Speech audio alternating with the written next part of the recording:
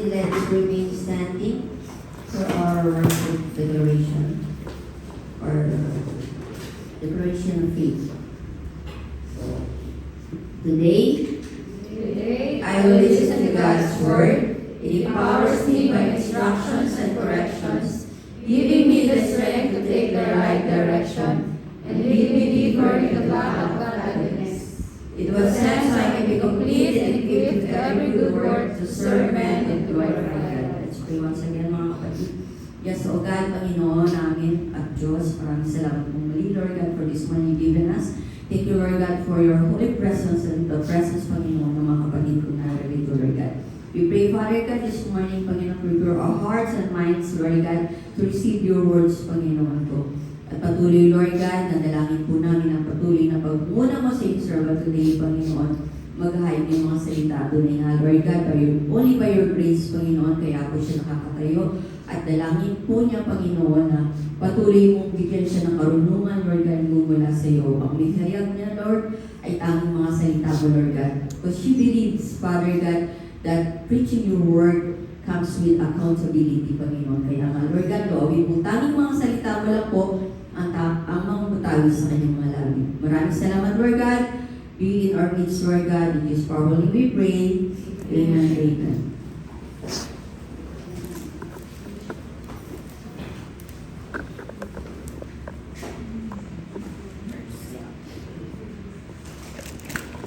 Okay, so this month of October, anong meron? For our information po, October is month of appreciation. Pastor's Appreciation Month. So, ating po nawang, hindi lang sa buwan na ito natin ipakita ang appreciation natin or gratitude natin sa pagiging shepherd ng ating mga pastor. Ano po, kundi syempre sa lahat po ng araw. So, yun po. And our theme this month is Complete in Christ, Source of the True Joy. So, last Sunday, Pastor Nestor differentiate happiness and joy. So, ngayon, ano na mas gusto mo? Happiness or joy? Joy.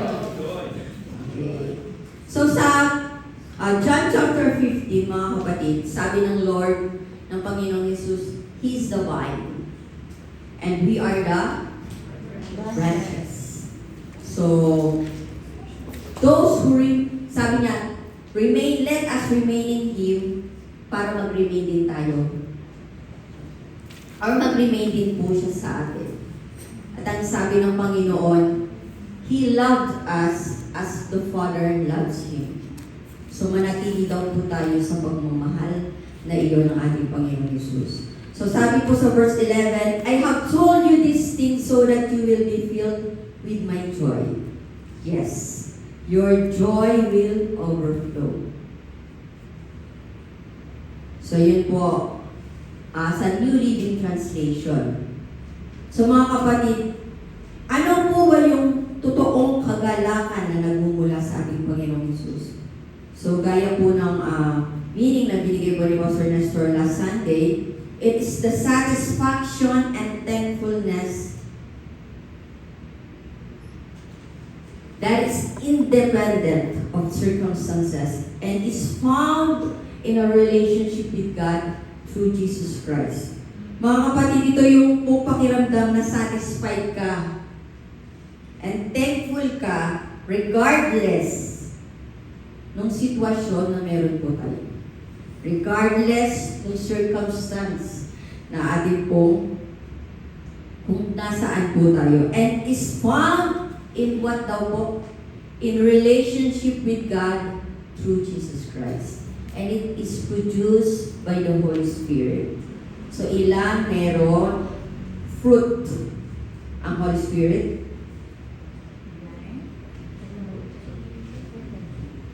Sino mga grabe na ng korde dito? Isa lang, di ba? Fruit of the Holy Spirit. Which is? Love. And then, nakasangay na po yung sumusunod sa mga yun. So, after love, ano yung... Yes, the joy. So, mga kapatid, ano pong sagot nyo kanina? What do you want? Happiness or joy? Joy. So, meron ba dito nagngangalang joy?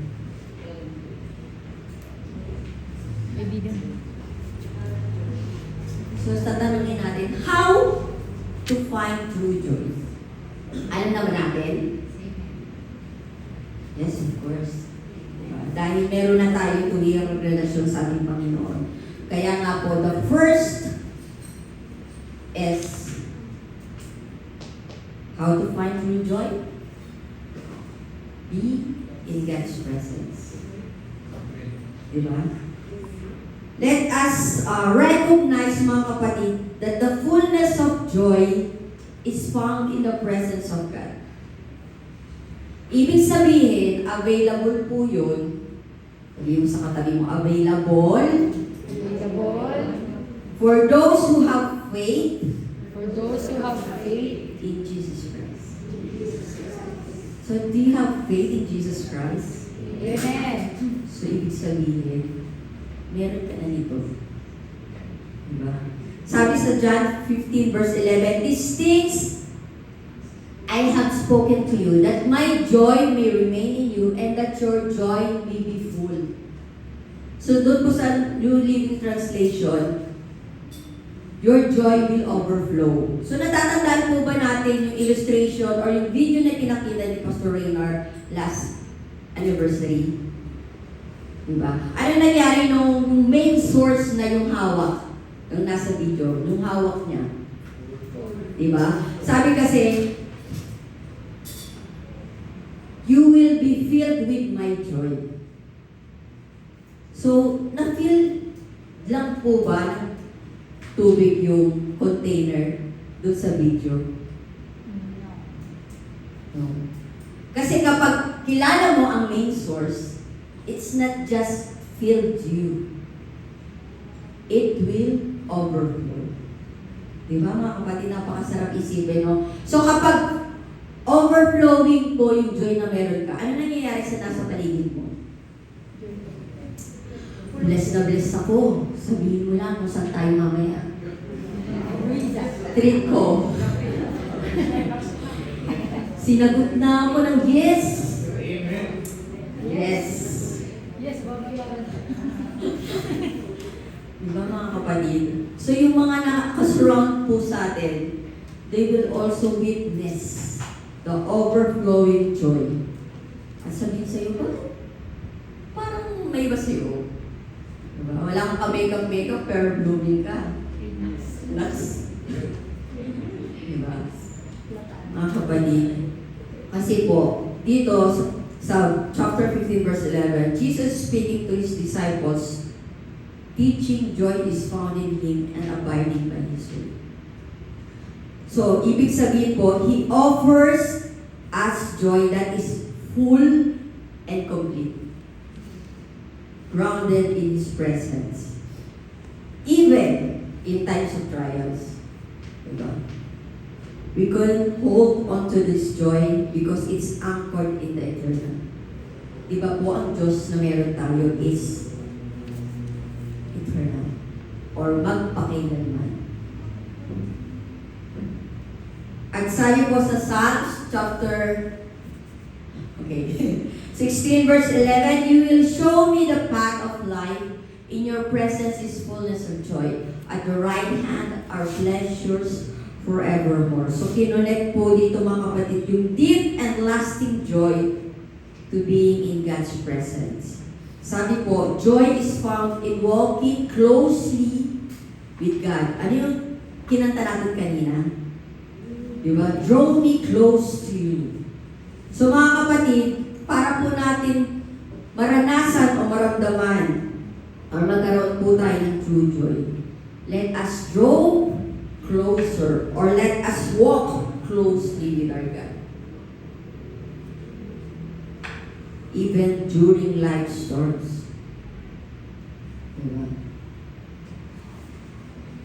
Hindi po ito mainunawaan ng mga taong wala pang tuwirang relasyon sa Lord. Ako, magpupuno ng kagalakan kahit nagdadalamati ako. Kahit sinaktan ako.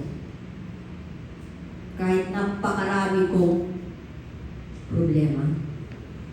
But mga kapatid, His presence, our God's presence, brings peace and joy that transcends our understanding. Diba? Hindi mo pa ipaliwanag kung bakit sa kabila ng nararanasan po natin, there is still joy in our hearts when we are in God's presence. Hindi po natin maipaliwanag at hindi natin maunawaan. Transcends our understanding. Transcends human understanding. Sa Isaiah 35 verse 10, okay. Those who have been ransomed by the Lord will return. They will enter Jerusalem singing, crowned with everlasting joy. Sorrow and mourning will disappear, and they will be filled with joy and gladness. So, ibig sabihin mga kapatid, everlasting joy that God provides. Siya po yung nagtutuldok or nagpuput ng end sa sorrow natin. So, alam po ba natin yung salita ng Panginoon kung saan sinasabi niya na darating ang panahon, there are no more sorrow, no more pain, no more suffering.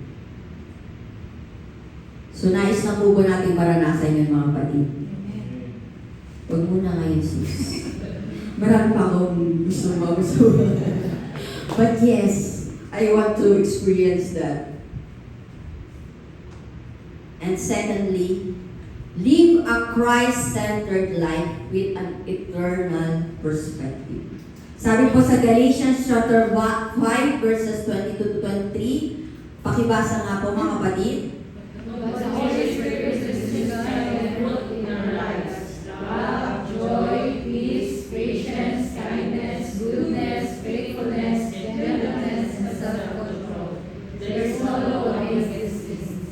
So, ibig sabihin mga kapatid, yung pong joy is a gift from the Holy Spirit.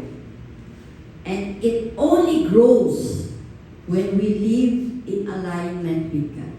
Kung nakaayon po tayo or nakaayon yung pamumuhay natin sa kung ano yung nais ng Lord or yung will ng Panginoon. So, through the Holy Spirit, we are empowered to find joy in all circumstances. In all circumstances.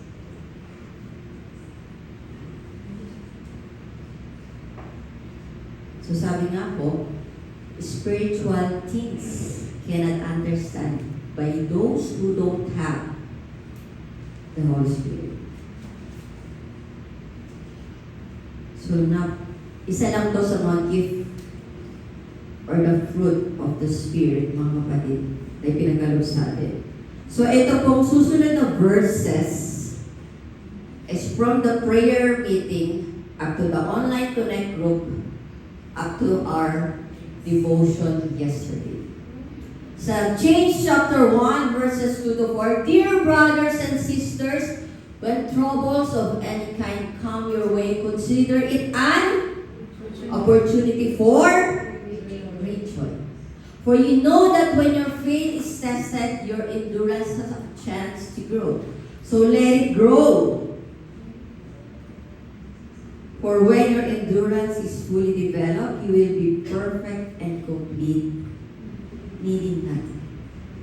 So ito mga kapatid, yung sinasabi ng Panginoon. Consider it an opportunity for great joy. Tuwing kailan daw po? When troubles of any kind come your way.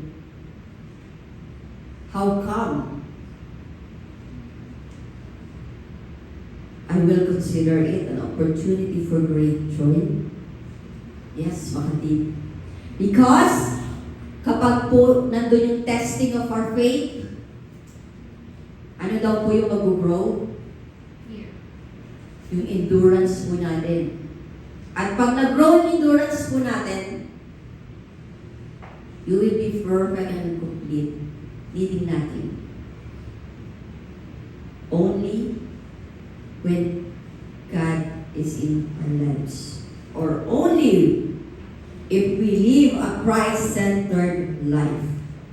Kasi mga kapatid, pag po sinabing Christ-centered life, dati ba Christ-centered ang buhay natin? No. Self-centered. Me, myself, and I.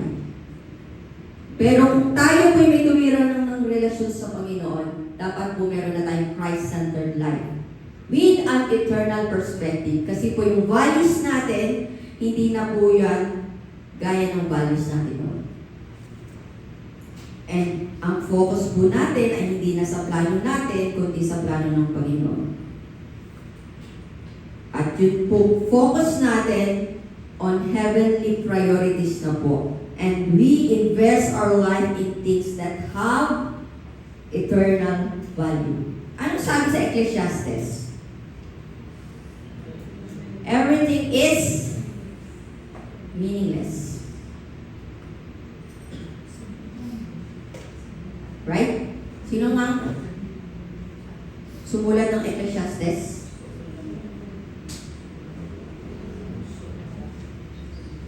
Siguro sila mo, di ba? Diba? Siya po yung tao na punong-puno ng karunungan. Wala nang mas dudulong pa sa kanya. Pero para sa kanya, everything is meaningless.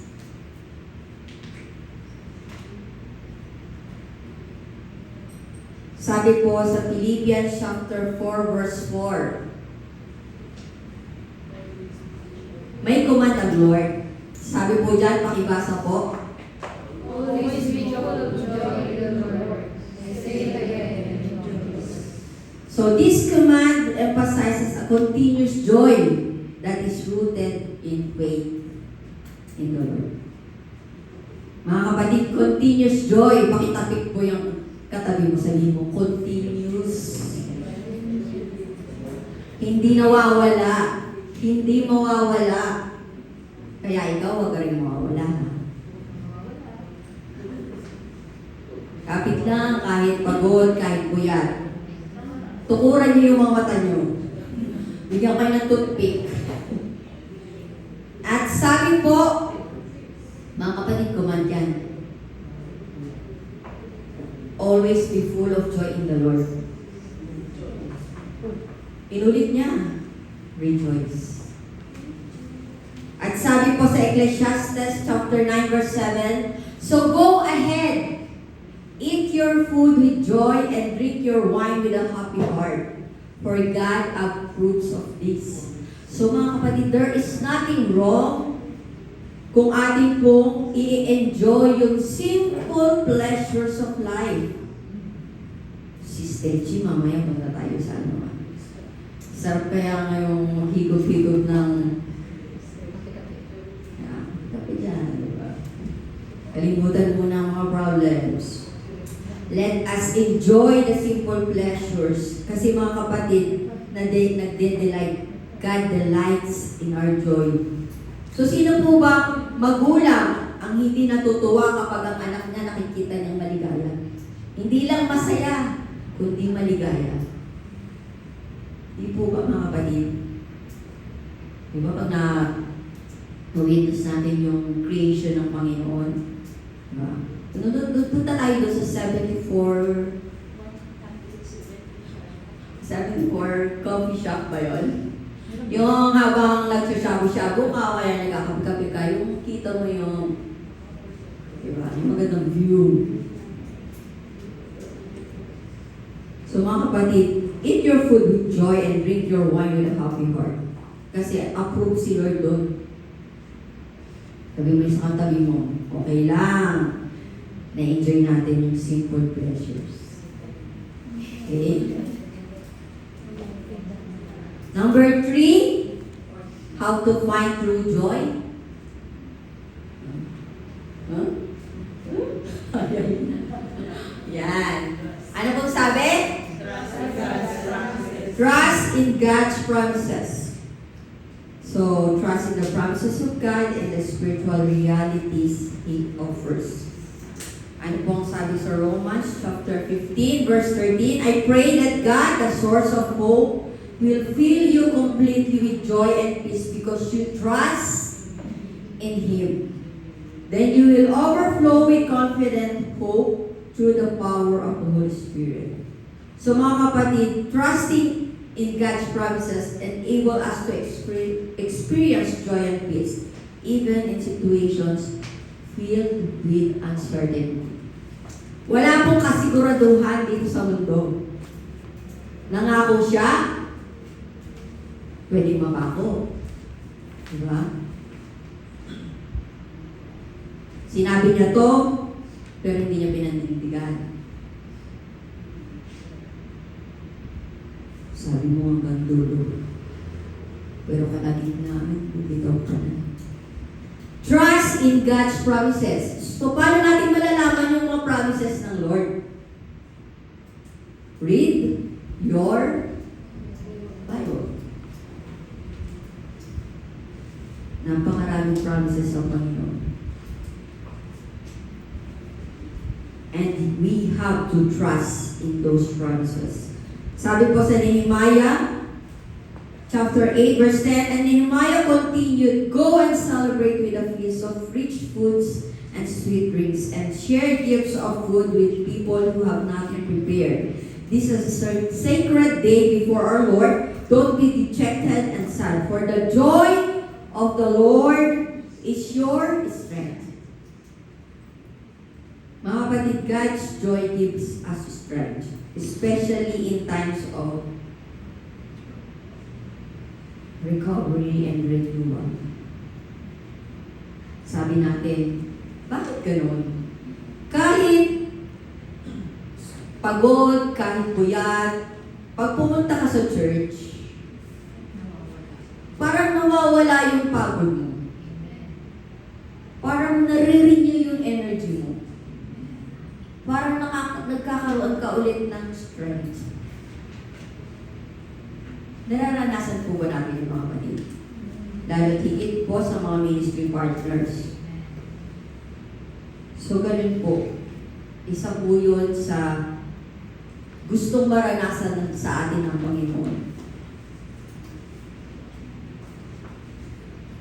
And in Proverbs chapter 17, verse 22, pakibasa po ng malakas. Happy heart is good medicine, and the joyful mind causes healing. But the wrong spirit cries out the Lord. So, ibig sabihin, joy brings healing to both body and soul. Kapag ang puso mo ay puno ng bitterness, anger, ano pong kasunod kayo? Parang feeling mo, lalagnatin ka. Parang feeling mo, di ba? At yun din po yung dahilan kung bakit merong iba, lalo na pag unforgiveness, po yung laman ng aming puso. Meron po mga nakakaranas ng heart disease.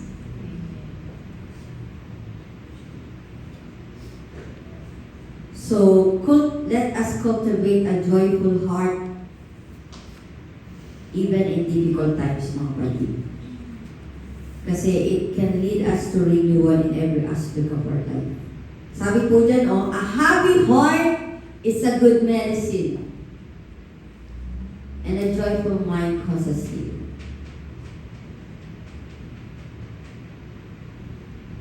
So let us be joyful every day. Tingnan mo yung katabi mo. Sis, bro, joyful ka. Nakita ko yung itsura ni Bunso. Umirap yata si Bunso. Joyful ka ba? Yes, oh. She said, yes, dapat joyful ka. Di ba? Kasama mo na nga ngayon. Okay, so let us go to the conclusion. Yay, conclusion na.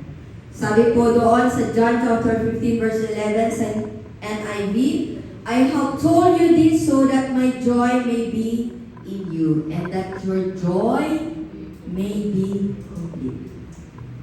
Diba mga kapatid? Napakasarap po ng naging or maranasan, maramdaman ang joy na matatagpuan lang po natin in God's presence.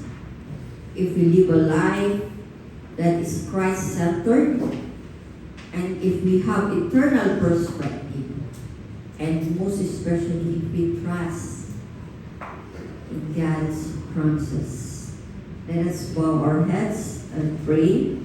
Lord to our God, our Heavenly Father, Lord, we praise you and glorify your name, Panginoon. Maraming salamat, Lord God. Thank you so much, O Lord, for your words that have been shared this morning, Lord God. Thank you so much, Panginoon, dahil tunay nga, Lord God, the true joy, the source of true joy is only you, our God. Maraming salamat, Panginoon, because we have an intimate relationship with you. And we can experience, we can have a glorious, inexpressible, deep, everlasting joy. Maraming salamat, Panginoon, sa patuloy na pagiging buhay mo sa aming mga buhay, Lord God. Thank you so much, Lord God, for the presence ng mga kapatid ko na narito, Lord God. Thank you for allowing us, Panginoon, na patuloy na maglaan ng aming mga oras, Father God, to seek you more, to dig deeper to your words, to know you more, Lord God. Maraming salamat po, Panginoon, dahil despite of the circumstances, trials, problems that we have still joy. Comes from you. Maraming salamat po, Panginoon, sa lahat ng mga pagpapala, for all the blessings, Lord. Thank you so much, Lord God, and thank you for extending those blessings into our loved ones, Lord God. At patuloy, Panginoon, we will enjoy that true joy in your holy presence, Panginoon. Napapagod man po, pero hindi po kami bibitaw, Panginoon. Palagi po namin nanaisin na manatili sa holy presence mo, Panginoon ko. At hindi rin po kami magsasawa na paglingkuran ka, Panginoon, for the rest of our lives, Lord God. Maraming salamat po, Panginoon. Patuloy, Lord God, na pagpalain mo po ang buhay ng bawat isa, Lord. At sa mga panahon, Panginoon, ng pagsubok, remind us always, Lord God, to your promises, Panginoon. Magtiwala po kami, manampalataya, at dumipende lamang po sa iyo, Lord God. Thank you so much for everything, Lord. To your God's glory, honor, and adoration, in His powerful name we pray. Amen.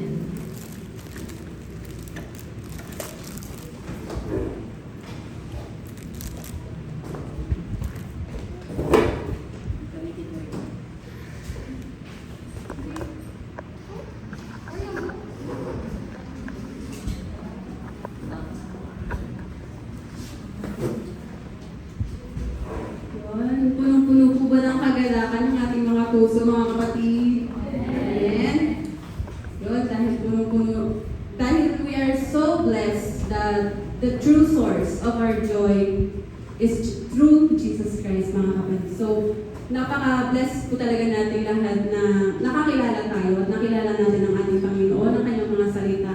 Kaya ngayon at sa mga at magpakailanman, tayo ay punong-puno ng kagalakan. Tayo po'y dumako na sa ating tithes and offering. Sabi po sa Matthew 6 verse 19 to 21, verse 19, do not store up for yourselves treasures on earth, where moths and vermin destroy, and where thieves break in and steal. Verse 20, but store up for yourselves treasures in heaven, where moths and vermin do not destroy, and where thieves do not break in and steal. Verse 21, for where your treasure is, there your heart will be also. Amen. Earthly treasures or heavenly treasures? What would you choose, mga kapatid? Heavenly treasures. Amen. Siyempre, sa ating mga Kristiyano, we will choose heavenly treasures. Kasi po, lagi nga po sinasabi and lagi natin naririnig that earthly treasures or possessions are temporary. Nasisira, nawawasak, nananakaw ang mga ito. Kagaya nga po ng, di ba, nangyayari ngayon sa bansa nating Pilipinas na maraming mga ari-arian ang nawasak at nasira. Dahil sa mga sakunang dumaan, mga lindol, mga malalakas na bagyo. At isa pa ay yung issue ng corruption ng mga opisyal na namumuno sa ating bansa.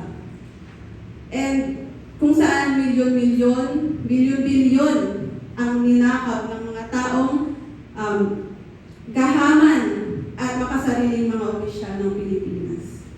Di po ba, mga kapatid? Na mas pinili mag-invest ng earthly treasures or possessions. Pero tingnan niyo po, mga kapatid, ang nangyari, nalantad ang kanilang mga hindi kaaya-ayang mga ginawa sa ating bansang Pilipinas at sa mga kapwa natin Pilipino. Kasama na rin po tayo, di po ba, mga kapatid? And dito sa mundo, kaya sinasabi ng Panginoon na ngayon pa lang, let's invest heavenly treasures.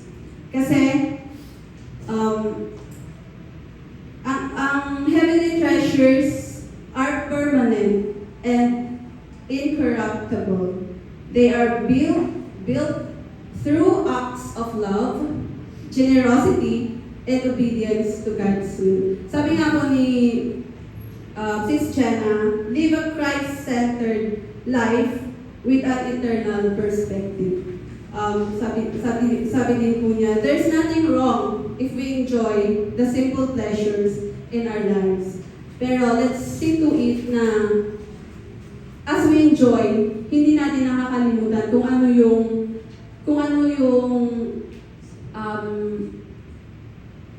yung tunay na dapat natin gawin para sa Panginoon. Di po ba, mga kapatid? Kasi nga po, walang kasiguraduhan dito sa mundo. Ika nga ni Sis Jenna. Di ba?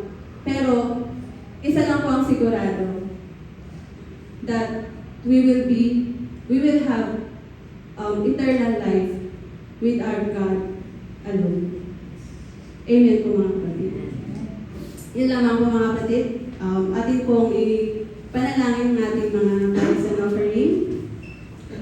Yes, Lord, our Heavenly Father, Panginoon, we thank you once again, O Lord God, sa umagang ito, Panginoon, na tinatalo mo, O Lord God, sa buhay, O Lord God, ng bawat isa, Panginoon, na naririto, O Lord God, sa iyong bahay panambahan, Panginoon, na ikaw, Panginoon, ay mapapurihan, mapasalamatan, O Lord God, for all the blessings, Panginoon, na patuloy mo pinagkakaloob, O Lord God. Hindi man namin hilingin, Panginoon, but Lord, truly, O Lord God, na alam mo, Panginoon, kung ano, O Lord God, yung mga pangangailangan namin, Panginoon. And salamat, Panginoon, sa patuloy na pagpapala, Panginoon, na pinagkakaloob mo, O Lord God. Salamat, Panginoon, sa mga kapatid na ito, O Lord God, na patuloy na nagpapagal, Panginoon, sa iyong presensya, O Lord God, at patuloy na nagsiserve sa iyo, Panginoon, at patuloy na nagsisik sa iyo, O Lord God.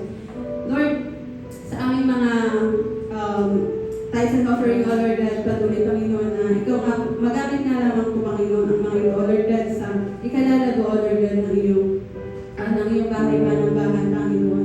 And Lord, sa aming mga company, Panginoon, na patuloy, Lord God, na daluyan, O Lord God, ng iyong pagpapala, Panginoon, para, Panginoon, na makapagbigay din kami, Panginoon, ng pagpapala sa iba, Panginoon. Lord, patuloy, Lord God, na makatatagin mo nga po, Lord God, ang aming mga company, Panginoon, na nandun, O Lord God, na maging malakas, Panginoon, para patuloy, O Lord God, na maging maayos yung Panginoon ng aming pagtatrabaho, O Lord God. Lord, sa anak mo, Panginoon, na ginamit, sa iyong servant, O Lord God, na ginamit, Panginoon, sa umagang ito, O Lord God, si Sis Jenna, O Lord God, Lord, maraming salamat, Panginoon, sa buhay niya, Panginoon, na patuloy mong ginamit works, O Lord God, na patuloy, Lord God, na nagsaserve sa iyo, Panginoon. Lord, you know, Panginoon, the desires of our heart, Panginoon. Lord, and dalangin din namin, Panginoon, katagpuin mo nga po, Panginoon, ang mga ito, O Lord God, according to your will and purpose, Panginoon. And dalangin din namin, Panginoon, sa family niya, Panginoon, na patuloy, O Lord God, na protektahan mo nga po sila, Panginoon. Lalo-lalo na ngayon, Panginoon, at maraming, Panginoon, ang nangyayaring hindi kaya, kanais-nais, O Lord God, sa aming bansang Pilipinas. Ganun din, Panginoon, ang mga pamilya namin lahat, Panginoon. Patuloy, Lord God, na dalangin namin ang iyong protection, Panginoon, divine protection, O Lord God, na patuloy, Panginoon, na pakaingatan mo sila, Panginoon, at ilayo, O Lord God, sa anumang kapahamakan, O Lord God. Maraming salamat, Panginoon. Sa iyo lamang namin ibinabalik ang pinakamataas na pagpupuri, pasasalamat at pagsambahas.